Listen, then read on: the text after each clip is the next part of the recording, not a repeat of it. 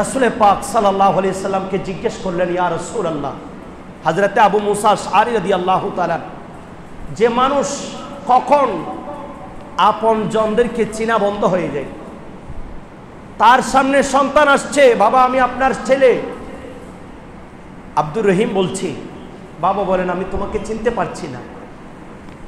মেয়ে এসে বলে, এইভাবে এক এক করে আত্মীয় স্বজন সবাই তার সামনে উপস্থিত, কিন্তু সে কাউকে চিনতে পারছে না। এমন একটা মুহূর্ত যখন সেই চলে আসবে, অর্থাৎ সেই যখন মালাকুল মউতকে দেখে ফেলবে, সেই যখন মৃত্যুর ফেরেশতাদেরকে দেখবে, তার আর মানুষ চেনা বন্ধ হয়ে যায়। সুবহানাল্লাহ বলেন। সেই জন্য মানুষের জন্য একটা নির্দিষ্ট লিমিটেশন আছে, যে ততক্ষণ পর্যন্ত বান্দা তওবা করলে আল্লাহর দরবারে তওবা কবুল হয়, যতক্ষণ পর্যন্ত এই সময়টা চলে আসে।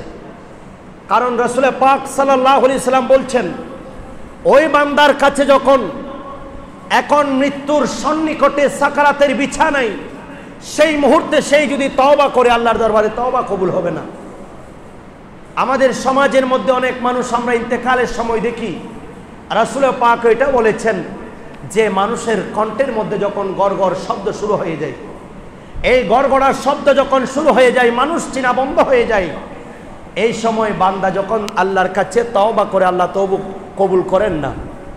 কারণ এই সময় সেই পরকালের বিষয়গুলি দেখতে পায়, তার আপন জনদের রূহগুলি তার সামনে চলে আসে যারা তার আগে ইন্তেকাল করেছেন।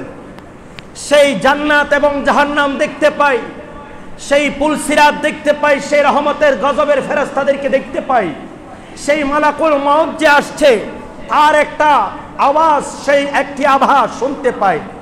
এই মুহূর্ত যখন চলে আসে, সেই বান্দা যদি তওবা করে তওবা কবুল। আল্লাহর নবী রহমতে দু আলম ফখরে বনি আদম ইমামুল আম্বিয়া আল্লাহর নবী উম্মতদেরকে সতর্ক করছেন, রাসূল পাক যেই দিন এই বিছানায় শায়িত ছিলেন, যেই বিছানায় আমরা আপনারা শায়িত থাকব, একটা সাধারণ তক্তার উপর, একটা সাধারণ বিছানার উপর আমাদেরকে শায়িত থাকতে হবে। ওই জায়গা থেকে যেই বেডের মধ্যে, যেই বিছানায় আমরা ট্রান্সফার হব, সেই বিছানার মধ্যে আরাম আয়েশের কোনো সিস্টেম নাই। এক মুহূর্ত সেখানে রেস্টের কোনো সুযোগ নাই, সেখানে শুধুই পরীক্ষা আর পরীক্ষা। সুবহানাল্লাহ। হযরতে আম্মার রাদিয়াল্লাহু তাআলা উনি বর্ণনা করছেন, একজন মানুষ যখন ইন্তেকালের মুহূর্ত চলে আসে, ওই ব্যক্তিকে তার কিছু বিষয় বারবার পিড়াপিড়ি করে, অর্থাৎ তাকে বারবার যে সে এক একটা কামনা করে, এমন একটা মুহূর্ত যখন চলে আসে, পাঁচটা বিষয় তার কাছে একেবারে নিকটে চলে আসে, আর এগুলি এসে এসে ওনাকে মানুষ মৃত্যুর দিকে ডাকেন। সুবহানাল্লাহ বলেন। একজন মানুষ যখন সাকারাতের বিছানায়, তার এক পাশে ঈমান নিয়ে টানাটানি, আর এক পাশে ওই ব্যক্তির রূহ কবজ হওয়ার প্রকৃত অবস্থা, এমন একটি সময়ের মধ্যে তার ওয়ারিসদের মধ্যে একটা চিন্তা চেতনা, ওই মৃত ব্যক্তির চিন্তা চেতনা ওয়ারিসদের মধ্যে সুষম বন্টন করে ওনার পাওনা দিয়েছেন কিনা, অর্থাৎ ওয়ারিসদের চিন্তা পাওনা যথাযথভাবে হয়েছে কিনা, পাওনাদেরকে যথাযথভাবে তাদের সম্পদ বুঝিয়ে দিয়েছেন কিনা, একটা চিন্তা। দ্বিতীয় নম্বর, ওই ব্যক্তির মৃত্যুর সময় তার জন্য মালাকুল মউত রূহ নিয়ে যাওয়ার জন্য মালাকুল মউত পিড়াপিড়ি করে, মালাকুল মউত প্রস্তুত জান কবজ করার জন্য। কবরের মাটি, এই মাটিগুলি অপেক্ষা করে ওই ব্যক্তির হাড়গুলি ভক্ষণ করার জন্য, আর মাংসগুলির অপেক্ষা করে সেই কবরের মধ্যে কীট পোকা। আর এইভাবে একজন ব্যক্তির জন্য এই বিষয়গুলি বারবার পিড়াপিড়ি করে। ওই ব্যক্তির সাকারাতের বিছানা, একদিকে এই পাঁচটা বস্তু ওনাকে বারবার ডাকে, আর এক পাশে মালাকুল মউত জান কবজ করার পূর্ব মুহূর্ত। এমন একটা সময়ের মধ্যে শয়তান চলে আসে, ঈমান নিয়ে যাওয়ার জন্য। নাউজুবিল্লাহ বলেন। এমন একটা মুহূর্ত চলে আসে, আল্লাহ রাব্বুল আলামিন বনি আদমকে বলছেন, এই বনি আদম শোনো, প্রত্যেকটা জীবের জন্য, প্রত্যেকটা আমি উম্মার জন্য আমি নির্দিষ্ট একটা সময় রেখেছি। ওয়ালি কুল্লি উম্মাতিন আজাল, এভরি গ্রুপ, এভরি উম্মা there have a promise fixed time, তাদের জন্য একটা নির্দিষ্ট টাইম রয়েছে। এই টাইম যখন চলে আসবে, আল্লাহ বলছেন ফাইদা জা আজালুহুম লা ইস্তাখিরুনা সাআতান ওয়া লা ইস্তাকদিমুন, এমন কি সেই when their ফিক্সড টাইম, যখন এই তাদের সময়টা উইল কাম, যখন চলে আসবে, তাদেরকে একটা মুহূর্তের জন্য সময় দেওয়া হবে না।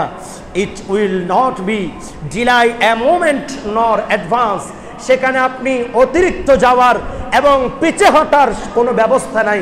এই স্থান থেকে আপনাকে চলে যেতে হবে অপর একটি জায়গায়, যেখানে আপনার আমার স্থান হবে আবাদুল আবাদ। সুবহানাল্লাহ। এই মালাকুল মাউত এমন একটা সময়ের মধ্যে আসবে, মানুষের কণ্ঠের মধ্যে গড়গড় শব্দ শুরু হয়ে যায়। মানুষের এই তওবার, এখন আর তওবা করলে তওবা কবুল হবে না, সেজন্য আল্লাহ বলছেন তওবা আগে করো। আল্লাহ সবচেয়ে বেশি ভালোবাসেন তওবাকারীদেরকে। এই সময় যদি কেউ তওবা করে, তওবা কবুল হবে না, কারণ সেই পরকালের বিষয়গুলি দেখতে পাচ্ছে। আর তওবা কবুল হওয়ার জন্য কতগুলি বৈশিষ্ট্য রয়েছে। যেমন আমি যে তওবাটা করলাম, সেই তওবাটা একেবারে একনিষ্ঠতার সাথে নিজেকে লজ্জিত মনে করে করতে হবে। আল্লাহ আমি অপরাধ করেছি, আমার অপরাধকে মাফ করে দেন, এই কন্ডিশন এটা থাকতে হবে। দ্বিতীয় নম্বর, আপনার কাছে এই তওবার যেই কাজের জন্য আপনি তওবা করেছেন ওই কাজে আর ফিরে না যাওয়া, এবং ভবিষ্যতে ওই কাজের দিকে অগ্রসর না হওয়া, তিনটা শর্ত। চতুর্থ নাম্বার শর্ত হচ্ছে আল্লাহর কাছে নিজের লজ্জিত হয়ে মাফ চাওয়া এবং খালেস নিয়তে তওবা করা।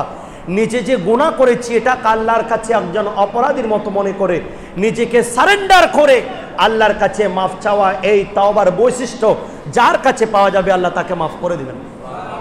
আর একটু বড় করে বলেন। মালাকুল মাউত আলাইহিস সালাতু ওয়াস সালাম এমন একটা সময়ের মধ্যে চলে আসবে, যেই সময় বান্দার রূহ কবজ করবেন, গড়গড় শব্দ শুরু হয়ে যায়, আপনজন কাউকে চিনেন না, পরকালের দৃশ্যগুলি দেখতে থাকেন।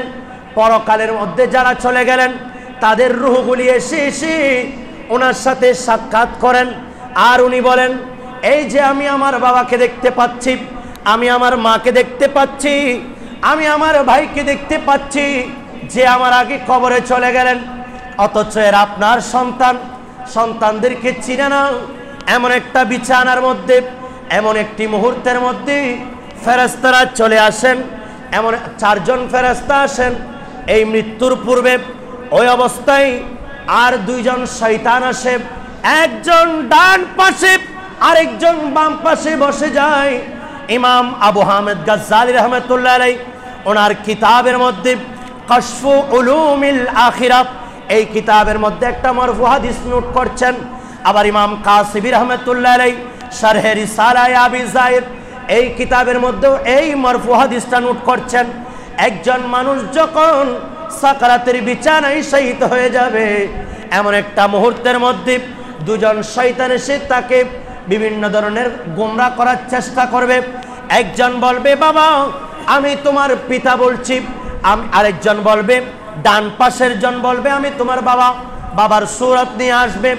আর বাম পাশের লোক উনি আসবে মায়ের সূরত নিয়ে, বাবা আমি তোমাকে গর্ভে ধারণ করেছি সেই মা। এভাবে এসে তারা বলবেন, ডান পাশের জন বলবে তুমি খ্রিস্টান ধর্ম কবুল করো, বাম পাশের জন বলবে তুমি ইহুদি ধর্ম কবুল করো। নাউজুবিল্লাহ বলেন। এমন একটা মুহূর্তের মধ্যে ঈমান নিয়ে টানাটানি করবে শয়তান। আর ওই ব্যক্তি যদি ঈমানদার হয়, তার উপর আল্লাহর স্পেশাল একটা রহমত হয়, আল্লাহ রাব্বুল আলামিনের পক্ষ থেকে তার জন্য সহযোগিতা হয়। আল্লাহ রাব্বুল আলামিন দোয়া শিখিয়ে দিচ্ছেন, হে আমার বান্দারা আমার আল্লাহর কাছে দোয়া করো, বিসমিল্লাহির রহমানির রহিম, রব্বানা লা তুযিগ কুলুবানা বা'দা ইয হাদাইতানা ওয়া হাব লানা মিন লাদুনকা রাহমা ইন্নাকা আনতাল ওয়াহাব। সুবহানাল্লাহ। হে আল্লাহ, আমাদের কলবকে আপনি পরিবর্তন করবেন না। এই কঠিন মুহূর্তে আমাদের অন্তরকে আপনি পরিবর্তন করবেন না। আমরা যে হেদায়েতের উপর ছিলাম, আমরা যে ইসলামের উপর ছিলাম, আমরা যে আহলে সুন্নাত ওয়াল জামাতের উপর ছিলাম, এই অবস্থা থেকে আমাদের অন্তরকে আপনি সরাবেন না। এমন সময় আল্লাহ রাব্বুল আলামিনের পক্ষ থেকে হয়তো জিবরিল আমিন অথবা আল্লাহর মাহবুব নবী সশরীরে উপস্থিত হয়ে যায়। আল্লাহু আকবার বলেন। রব্বানা হাব লানা মিন লাদুনকা রাহমা ইন্নাকা আনতাল ওয়াহাব। হে আপনার আমাদের রক্ষাকারী, আপনি এই মুহূর্তে আমাদের জন্য রহমতের একজন ফেরেশতা অথবা আল্লাহর মাহবুব নবী চলে আসে অথবা আপন পীর ও মুর্শিদ হাজির হয়ে যায়। আর ওই ইমানদার বলে থাকে যে আমার পীর ও মুর্শিদকে দেখতে পাচ্ছি, আমি আমার রাসূলকে দেখতে পাচ্ছি, আমার জায়গাটা পরিষ্কার করে দাও। অপর একটা হাদিস আল্লাহর মাহবুব নবী রাহমাতুল আলাম ফখরে বনি আদম রাসূল পাক ইরশাদ করছেন, এমন একটা মুহূর্ত যেই মুহূর্তের মধ্যে এই সাকরাতের বিছানায় যখন শুয়ে যায়, তখন হযরতে একজন সাহাবীর কাছে ওনার সন্তানরা জিজ্ঞেস করছেন, হে আমার আব্বাজান, আপনি তো সাকরাতের বিছানায় এতক্ষণ পর্যন্ত মুমূর্ষ অবস্থায় ছিলেন, আপনি তো প্রায় বেহুশ ছিলেন, কিন্তু হঠাৎ আপনার হুঁশ চলে আসছে, এই সাকরাতের বিছানাটা কেমন আমাদেরকে একটু বলেন না। হে আমার সন্তানরা শোনো, এই সাকরাতের বিছানা হচ্ছে আমি এমন একটি তক্তার উপর শায়িত ছিলাম যার মধ্যে আমি দুনিয়ার কোনো অনুভূতি পাচ্ছি না, আমি পরকালের বিষয়গুলি দেখতে পাচ্ছি, আর আমি দেখতে পাচ্ছি শয়তান আমার সামনে এসে পানি নাড়াচাড়া করছে যে দেখো এই পানিগুলি তুমি কি পান করবে? আমি বললাম হ্যাঁ পান করব। এমন সময় সে আমাকে বলতে লাগলো যে তাহলে বলো আল্লাহ নামক কোনো কিছুই নাই, এই দুনিয়া এমনিতে সৃষ্টি হয়েছে, নাউজুবিল্লাহ। এই সময় আমি তার কথায় কান না দিয়ে ওই পানিকে আমি তুচ্ছ তাচ্ছিল্য করে আমি যখন তার থেকে মুখ ফিরিয়ে নিয়েছি, আমি কালেমায়ে শাহাদাতের বাণী শুনতে পেয়েছি। আল্লাহু আকবার বলেন। শুধু তাই নয়, এমন একজন সময় রাসূল পাক সাল্লাল্লাহু আলাইহি সাল্লাম বলছেন যে আমার উম্মতের এই কঠিন সময়ে তারা দুটি বিষয়ে বেশি আক্রান্ত হয়ে যাবে। একটি হচ্ছে পিপাসায় কাতর হয়ে যাবে, তার সামনে 7 সাগরের পানি দিলেও তার তৃষ্ণা মিটবে না, যত পানি খাও তার এই তৃষ্ণা মিটে না, তার পানি বেশি চাইবে। শয়তান এই সময় সুযোগ নিবে, পানি নিয়ে আসবে, মাথার সামনে দাঁড়িয়ে থাকবে আর পানির মধ্যে নাড়াচাড়া করবে, এই সুস্বাদু পানি তুমি কি পান করবে? বললেন হ্যাঁ আমি পান করব। বললেন তাহলে বলো আল্লাহ নামক কিছুই নাই, আয় সব কিছু আল্লাহ নামক কিছুই নাই, আল্লাহ কোনো স্রষ্টাই নাই, বরং এমনিতে সৃষ্টি হয়েছে। লা ইলাহা ইল্লাল্লাহর যে কালিমা পড়েছো এটা মিথ্যা কথা বলো। এভাবে যখন তুমি তোমার জবান দিয়ে তুমি বলবে আমি তোমাকে এই মিষ্টি পানিগুলি তোমাকে পান করাবো, কিন্তু যারা বাক্কার এই সময় ধৈর্য ধারণ করতে পারে না, তারা পানির পিপাসায় কাতর, তারা এমনিভাবে দুনিয়াতে গোমরা ছিল, নামাজের ধারে কাছে ছিল না, নবীর সুন্নাত দাঁড়ি ছিল না, আল্লাহ রাসূলের রাস্তায় ছিল না, নামাজ একদিন 2 দিন 3 দিন এমনকি না পড়তে ফজর জোহর আসর মাগরিব এশা বছর মাস চলে গেছে, হায়াত কাটিয়ে দিয়েছে, আল্লাহ রাসূলের ধারে নেই। সেই সময় তারা পিপাসার জন্য পানির জন্য পাগল হয়ে যাবে আর শয়তানের ফাঁদে তারা ঈমান হারা হয়ে যাবে, নাউজুবিল্লাহ। আর যারা ঈমানদার, এমন একটি সময়ের মধ্যে শয়তান আসবে, শয়তান এসে পানি নাড়াচাড়া করবে, বারবার প্রপোজ করবে, 1 বার 2 বার 3 বার। তার সামনে যখন কোনো মানুষ তাকে কালিমার দাওয়াত দিবেন, তালকিন দিবেন, তালকিন মৃতকে তালকিন দেওয়া, লাক্ষিনু মাউতাকুম, তোমরা তোমাদের মাইয়াতদেরকে তালকিন দাও। কালিমার তালকিন বিভিন্ন ধরনের হয়ে থাকতে পারে। এই সাকরাতের বিছানায় এই কঠিন সময়ে একজন মুমূর্ষ ব্যক্তির চতুর্দিকে বসে তাকে কালিমা শরীফ পড়া, এটা একটা হচ্ছে তালকিন, সুবহানাল্লাহ বলেন। আবার ইন্তেকালের পরে তার জন্য খতমে কোরআন করা, খতমে তাহলিল পড়া, এটাও একটা তার জন্য তালকিন হয়ে যায়, সুবহানাল্লাহ।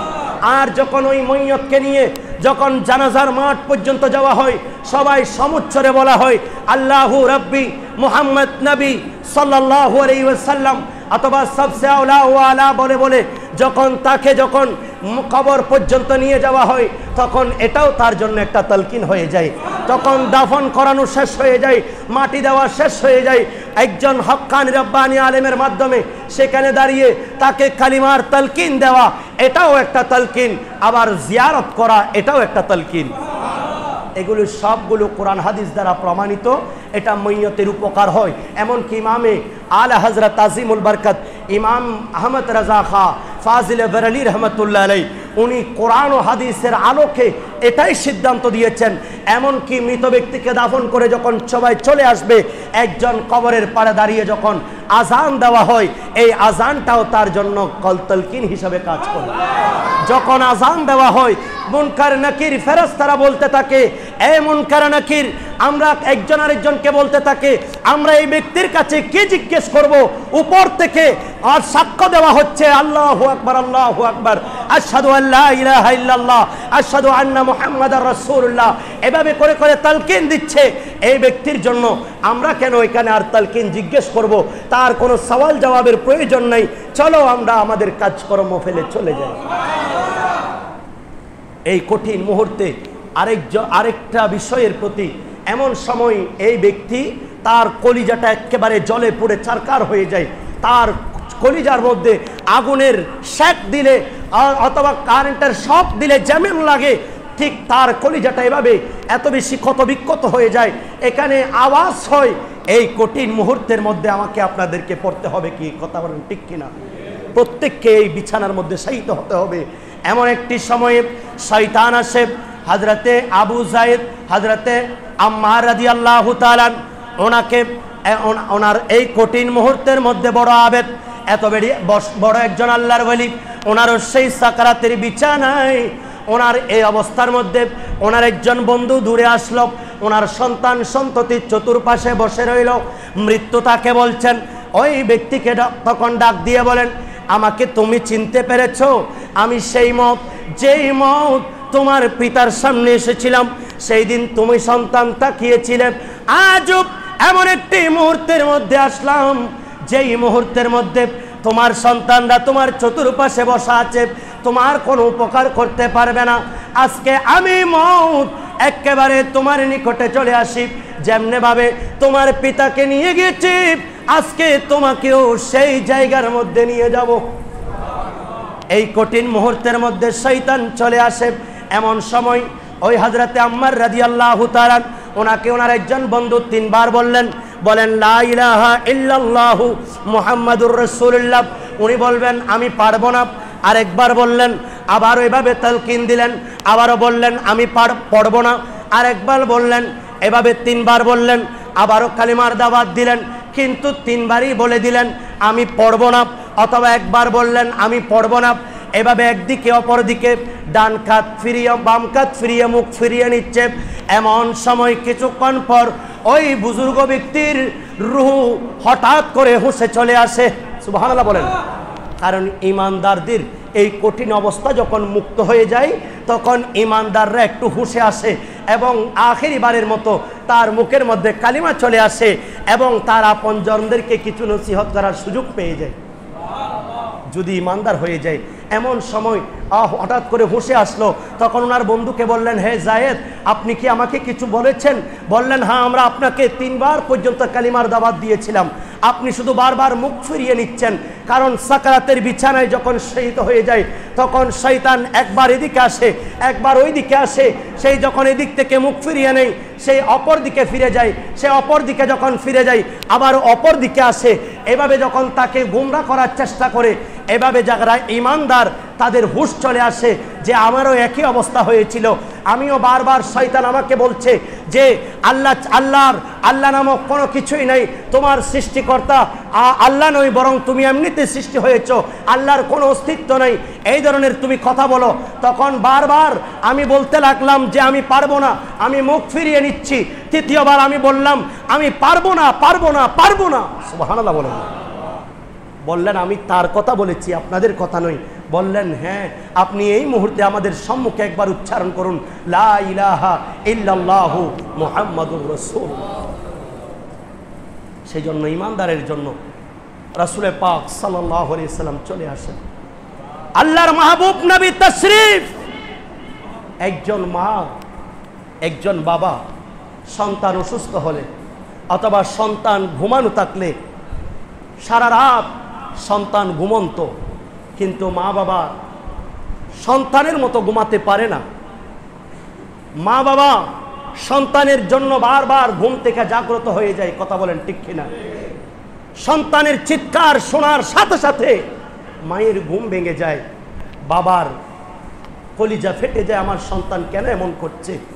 আর যিনি ইমামুল আম্বিয়া, যার নবীর, যে নবীর প্রেমে আপনি দরুদ শরীফ পড়ছেন, যে নবীর জন্য আপনি দুনিয়ার সৌন্দর্যকে বাদ দিয়ে আপনি মুখে দাঁড়িয়ে রেখেছেন, যেই নবীর চেহারা দেখার জন্য বারবার নবীর উপর দরুদ পড়েছেন, নবীকে সালাম দিয়েছেন, যেই নবীর রওজা শরীফ দেখার জন্য প্রাণ উজাড় করে নবীকে সালাম দিয়েছেন, যেই নবীর উপর দরুদ শরীফ পড়েছেন, যেই নবীর কথা শুনে আপনি নামাজে চলে এসেছেন, আপনি রোজা রেখেছেন, আপনি হজ করেছেন, আপনার চরিত্রকে সুন্দর করার জন্য মিথ্যা ছেড়ে দিয়েছেন, চুগলখড়ি বন্ধ করে দিয়েছেন, অপরের দোষ অন্বেষণ করার প্রতি আপনি বন্ধ করে দিয়েছেন, সেই নবী আপনার জন্য, আমার জন্য, সেই নবীর রওজা শরীফেও সেই নবী ঘুমানো নাই, সেই নবী উম্মতের মায়ায় সারাক্ষণ এভাবে ব্যাকুল থাকেন।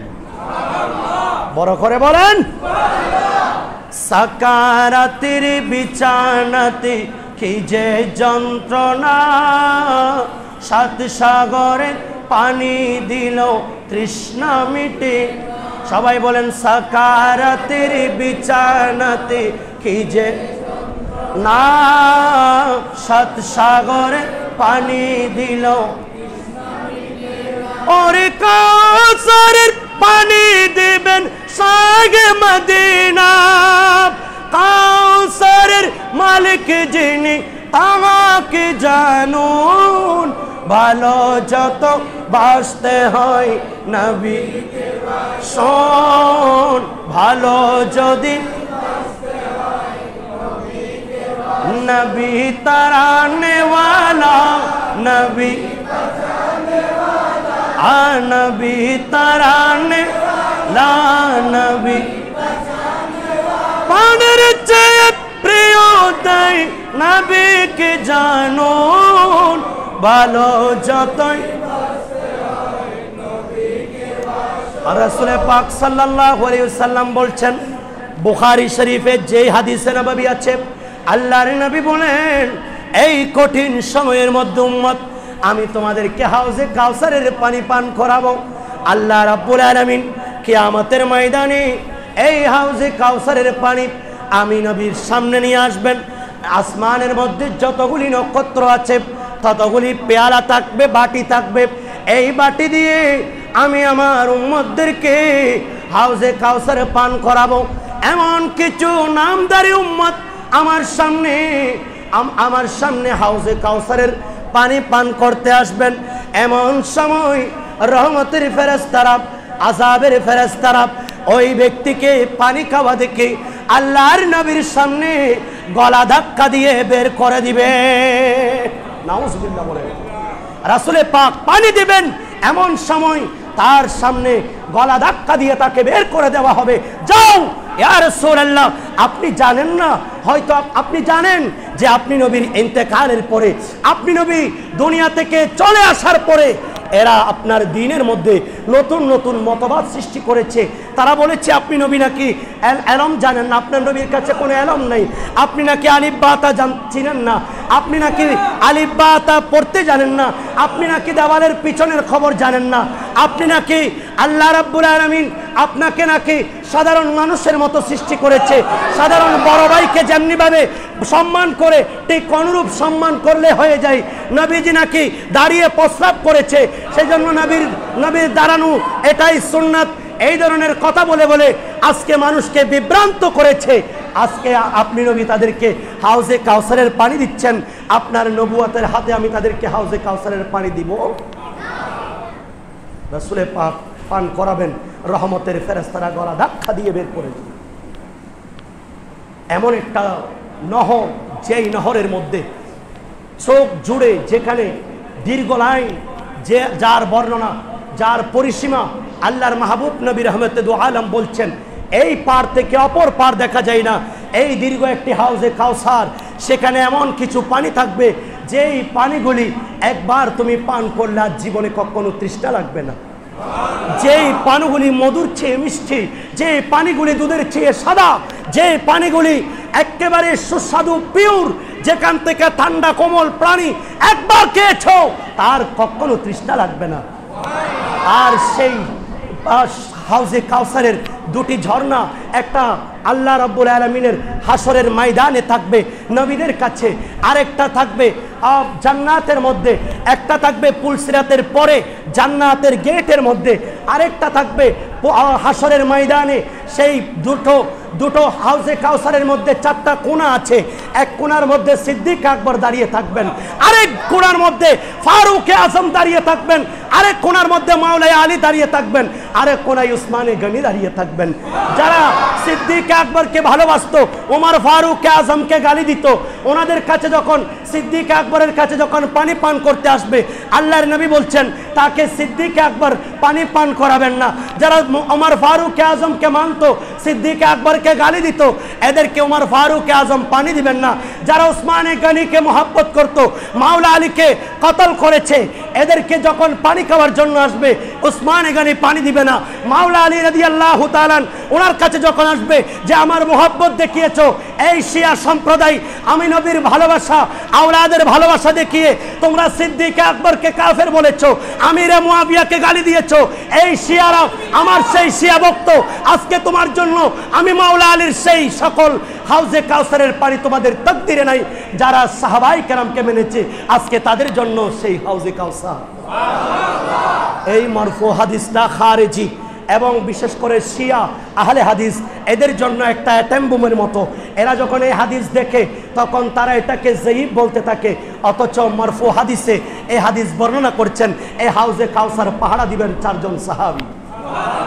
বড় করে বলেন। এমন একটা মুহূর্ত আপনাকে নবীজি নবুয়তের হাত দিয়ে, এই হাত দিয়ে যখন পানি পান করাবেন, ওই ব্যক্তির মুমূর্ষু অবস্থায় 4 জন ফেরেশতা চলে আসবেন।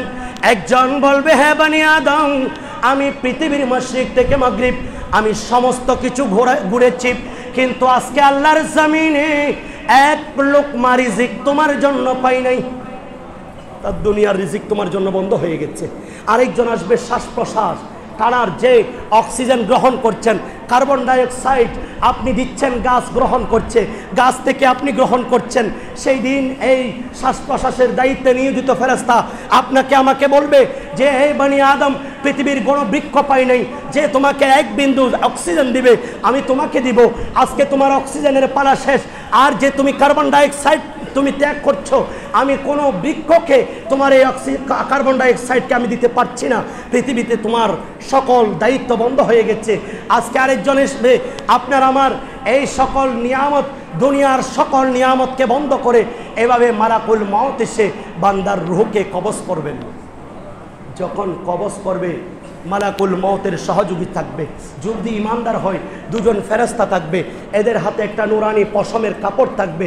এই 2 জন ফেরেশতা মালাকুল মউত আলাইহিস সালাতু ওয়াস সালাম এদিকে তার জান কবজ করছে, আর ওইদিকে সেই ব্যক্তির রাসূলের পাকের দিদার হচ্ছে, অথবা জিবরিলকে দেখে শয়তানরা পালিয়ে গেছে, সেই প্রথম পরীক্ষায় উত্তীর্ণ হয়ে গেছে, ওই ব্যক্তি ঈমান অবস্থায় তার রূহ কবজ হচ্ছে।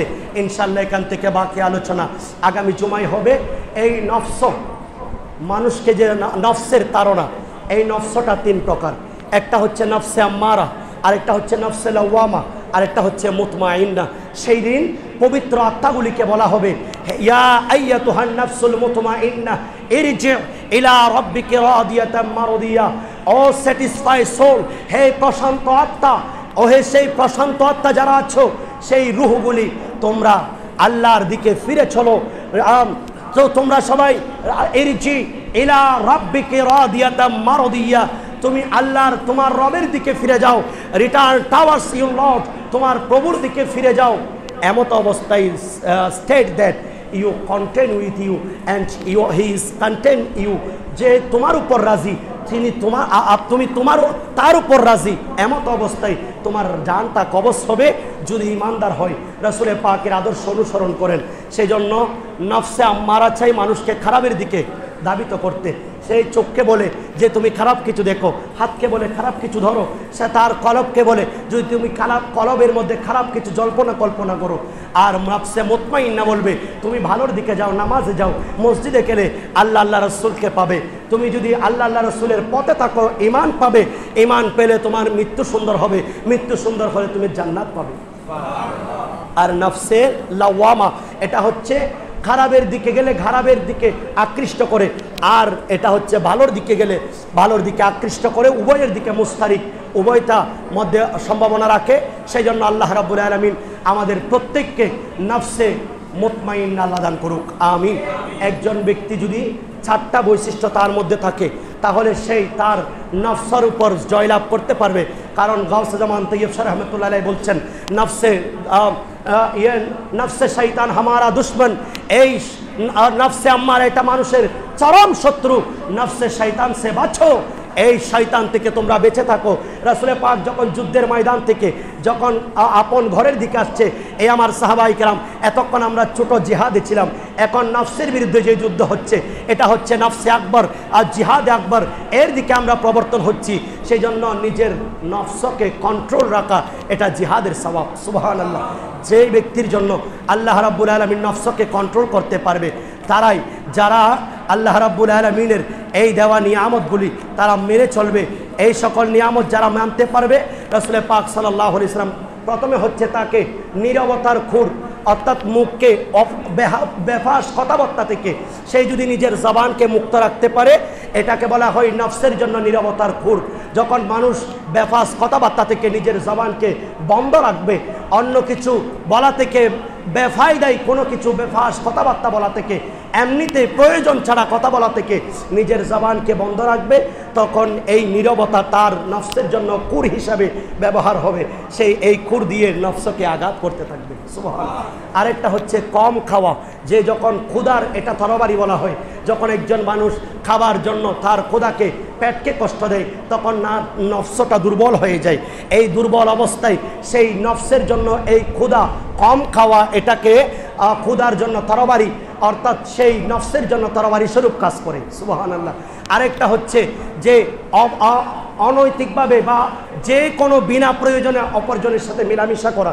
আপনি আপনার একজন বন্ধুর সাথে মিলামিশা করলেন, এমন সময় সে আরেকজনের গীবত করছে, আপনাকে শুনতে হচ্ছে, সে একটা মিথ্যা কথা বলছে, আপনি শুনছেন, আপনার প্রয়োজন নাই, আপনি সেখানে যাবেন না। সেই সঙ্গ যখন আপনি ত্যাগ করবেন তখন আপনার জন্য এটা আপনার এই একাকিত্বের তরবারি হিসাবে কাজ করবে, সুবহানাল্লাহ। আরেকটা হচ্ছে কম ঘুমানো, যখন বান্দা এই চোখকে কষ্ট দিয়ে যখন সেই সারাক্ষণ এই চোখ জাগ্রত রেখে আল্লাহর ইবাদতে সেই মশগুল হয়, এটা হচ্ছে নিদ্রার তরবারি। সেই বান্দা যখন তার চোখকে ঘুম থেকে মুক্ত রেখে সেই যখন আল্লাহর ইবাদতে কোরআন তেলাওয়াতে যখন তাকায়, সেই ব্যক্তির জন্য ওই চক্ষুটা, ওই নিদ্রা যাওয়াটা এটা তার নফসের জন্য তরবারি হিসেবে বর্ষা হিসেবে কাজ করে, সুবহানাল্লাহ। এই 4টি গুণ যারা আছে তাদের নফস কন্ট্রোল আছে, তারা ইবাদতের মধ্যে আসলেও শয়তান তাদেরকে গুমরা করতে পারে না। যাদের উপর এই নফসে আম্মারা জয়লাভ করেছে তারা এখনও পর্যন্ত নামাজের দিকে নাই, কোরআন তেলাওয়াতের দিকে নাই। সেজন্য নিজের নফসকে পরিবর্তন করে আল্লাহর দিকে, নফসে মুতমাইন্নার দিকে আসুন। ইনশাআল্লাহ আমাদের জীবন, কবর, হাসর, নসর সব কিছু আল্লাহ সুন্দর করবেন, আমিন। ওয়া আখিরু দাওয়ানা আলহামদুলিল্লাহি রাব্বিল আলামিন। গাউসিয়া কমিটি বাংলাদেশ এই বার্মা কলোনি ইউনিট শাখার ব্যবস্থাপনায় আজকে পবিত্র খাতমে গাউসিয়া শরীফ অনুষ্ঠিত হবে। আপনাদের মালাকুল মউতের সহযোগী থাকবে, যদি ইমানদার হয় 2জন ফেরেশতা থাকবে, এদের হাতে একটা নুরানি পশমের কাপড় থাকবে। এই 2জন ফেরেশতা মালাকুল মউত আলাইহিস সালাতু ওয়াস সালাম এদিকে তার জান কবজ করছে, আর ওইদিকে সেই ব্যক্তির রাসূল পাকের দিদার হচ্ছে, অথবা জিবরিলকে দেখে শয়তানরা পালিয়ে গেছে, সেই প্রথম পরীক্ষায় উত্তীর্ণ হয়ে গেছে, ওই ব্যক্তি ঈমান অবস্থায় তার রূহ কবজ হচ্ছে। ইনশাআল্লাহ এখান থেকে বাকি আলোচনা আগামী জুমায় হবে। এই নফস, মানুষকে যে নফসের তাড়না, এই নফসটা 3 প্রকার। একটা হচ্ছে নফসে আম্মারা, আরেকটা হচ্ছে নফসে লাওয়ামা, আরেকটা হচ্ছে মুতমাইন্না। সেই দিন পবিত্র আত্মাগুলিকে বলা হবে, ইয়া আইয়াতুহান নাফসুল মুতমাইন্না ইরজি ইলা রাব্বিকা রাদিয়াতাম মারদিয়া, ও স্যাটিসফাই সোল, হে প্রশান্ত আত্মা, ও হে সেই প্রশান্ত আত্মা যারা আছো, সেই রূহগুলি তোমরা আল্লাহর দিকে ফিরে চলো। তো তোমরা সবাই ইরজি ইলা রাব্বিকা রাদিয়াতাম মারদিয়া, তুমি আল্লাহর তোমার রবের দিকে ফিরে যাও। রিটার্ন টাওয়ার্ডস ইউর লর্ড, তোমার প্রভুর দিকে ফিরে যাও। এমত অবস্থায় state that you content with you and he is content you, যে তোমার উপর রাজি, তিনি তুমি তোমার তার উপর রাজি। এমত অবস্থায় তোমার জানটা কবজ হবে যদি ইমানদার হয়, রাসূল পাকের আদর্শ অনুসরণ করেন। সেই জন্য নফসে আম্মারা চাই মানুষকে খারাপের দিকে ধাবিত করতে। সেই চোখকে বলে যে তুমি খারাপ কিছু দেখো, হাতকে বলে খারাপ কিছু ধরো, সে তার কলবকে বলে যদি তুমি কলবের মধ্যে খারাপ কিছু কল্পনা করো। আর নফসে মুতমাইন্না বলবে তুমি ভালোর দিকে যাও, নামাজে যাও, মসজিদে গেলে আল্লাহ রসুলকে পাবে। তুমি যদি আল্লাহ রসুলের পথে থাকো ঈমান পাবে, ঈমান পেলে তোমার মৃত্যু সুন্দর হবে, মৃত্যু সুন্দর হলে তুমি জান্নাত পাবে। আর নফসে লাওয়ামা এটা হচ্ছে খারাপের দিকে গেলে খারাপের দিকে আকৃষ্ট করে, আর এটা হচ্ছে ভালোর দিকে গেলে ভালোর দিকে আকৃষ্ট করে। উভয়ের দিকে মুস্তারিক, উভয়টা মধ্যে সম্ভাবনা রাখে। সেই জন্য আল্লাহ রাব্বুল আলামিন আমাদের প্রত্যেককে নফসে মুতমাইন্না আল্লাহ দান করুক, আমিন। একজন ব্যক্তি যদি 4টা বৈশিষ্ট্য তার মধ্যে থাকে তাহলে সেই তার নফসের উপর জয়লাভ করতে পারবে। কারণ গাউসে জামান তৈয়ব শাহ রহমতুল্লাহ আলাইহি বলছেন নফসে শয়তান হামারা দুশ্মন, এই নফসে আম্মারা এটা মানুষের চরম শত্রু। নফসে শয়তান সে বাঁচো, এই শয়তান থেকে তোমরা বেঁচে থাকো। রাসূল পাক যখন যুদ্ধের ময়দান থেকে যখন আপন ঘরের দিকে আসছে, এই আমার সাহাবায়ে কেরাম, এতক্ষণ আমরা ছোট জিহাদে ছিলাম, এখন নফসের বিরুদ্ধে যে যুদ্ধ হচ্ছে এটা হচ্ছে নফসে আকবর আর জিহাদ আকবর, এর দিকে আমরা প্রবর্তন হচ্ছি। সেই জন্য নিজের নফসকে কন্ট্রোল রাখা এটা জিহাদের সওয়াব। সুবহানাল্লাহ। যে ব্যক্তির জন্য আল্লাহ রাব্বুল আলামিন নফসকে কন্ট্রোল করতে পারবে তারাই, যারা আল্লাহ রাব্বুল আলামিনের এই দেওয়া নিয়ামতগুলি তারা মেনে চলবে। এই সকল নিয়ামত যারা মানতে পারবে, রাসূল পাক সাল্লাল্লাহু আলাইহি ওয়াসাল্লাম প্রথমে হচ্ছে তাকে নীরবতার খুর, অর্থাৎ মুখকে বেফাস কথাবার্তা থেকে সেই যদি নিজের জবানকে মুক্ত রাখতে পারে, এটাকে বলা হয় নফসের জন্য নীরবতার খুর। যখন মানুষ বেফাস কথাবার্তা থেকে নিজের জবানকে বন্ধ রাখবে, অন্য কিছু বলা থেকে, বেফায়দায় কোনো কিছু বেফাস কথাবার্তা বলা থেকে, এমনিতে প্রয়োজন ছাড়া কথা বলা থেকে নিজের জবানকে বন্ধ রাখবে, তখন এই নীরবতা তার নফসের জন্য খুর হিসাবে ব্যবহার হবে। সেই এই খুর দিয়ে নফসকে আঘাত করতে থাকবে। সুবহানাল্লাহ। আরেকটা হচ্ছে কম খাওয়া, যে যখন ক্ষুধার এটা তরবারি বলা হয়, যখন একজন মানুষ খাবার জন্য তার ক্ষুধাকে পেটকে কষ্ট দেয় তখন না নফসটা দুর্বল হয়ে যায়। এই দুর্বল অবস্থায় সেই নফসের জন্য এই ক্ষুধা কম খাওয়া এটাকে ক্ষুধার জন্য তরবারি, অর্থাৎ সেই নফসের জন্য তরবারি স্বরূপ কাজ করে। সুবহানাল্লাহ। আরেকটা হচ্ছে যে অনৈতিকভাবে বা যে কোনো বিনা প্রয়োজনে অপরজনের সাথে মেলামেশা করা। আপনি আপনার একজন বন্ধুর সাথে মেলামেশা করলেন, এমন সময় সে আরেকজনের গীবত করছে, আপনাকে শুনতে হচ্ছে, সে একটা মিথ্যা কথা বলছে, আপনি শুনছেন, আপনার প্রয়োজন নাই, আপনি সেখানে যাবেন না। সেই সঙ্গ যখন আপনি ত্যাগ করবেন তখন আপনার জন্য এটা আপনার এই একাকিত্বের তরবারি হিসাবে কাজ করবে। সুবহানাল্লাহ। আরেকটা হচ্ছে কম ঘুমানো, যখন বান্দা এই চোখকে কষ্ট দিয়ে যখন সেই সারাক্ষণ এই চোখ জাগ্রত রেখে আল্লাহর ইবাদতে সেই মশগুল হয়, এটা হচ্ছে নিদ্রার তরবারি। সেই বান্দা যখন তার চোখকে ঘুম থেকে মুক্ত রেখে সেই যখন আল্লাহর ইবাদতে কোরআন তেলাওয়াতে যখন তাকায়, সেই ব্যক্তির জন্য ওই চক্ষুটা, ওই নিদ্রা যাওয়াটা এটা তার নফসের জন্য তরবারি হিসেবে, বর্ষা হিসেবে কাজ করে। সুবহানাল্লাহ। এই 4টি গুণ যারা আছে তাদের নফস কন্ট্রোল আছে, তারা ইবাদতের মধ্যে আসলেও শয়তান তাদেরকে গুমরা করতে পারে না। যাদের উপর এই নফসে আম্মারা জয়লাভ করেছে তারা এখনো পর্যন্ত নামাজের দিকে নেই, কোরআন তেলাওয়াতের দিকে নেই। সেজন্য নিজের নফসকে পরিবর্তন করে আল্লাহর দিকে, নফসে মুতমাইন্নার দিকে আসুন। ইনশাআল্লাহ আমাদের জীবন, কবর, হাসর, নসর সব কিছু আল্লাহ সুন্দর করবেন, আমিন। ওয়া আখিরু দাওয়ানা আলহামদুলিল্লাহি রাব্বিল আলামিন। গাউসিয়া কমিটি বাংলাদেশ এই বার্মা কলোনি ইউনিট শাখার ব্যবস্থাপনায় আজকে পবিত্র খাতমে গাউসিয়া শরীফ অনুষ্ঠিত হবে। আপনাদের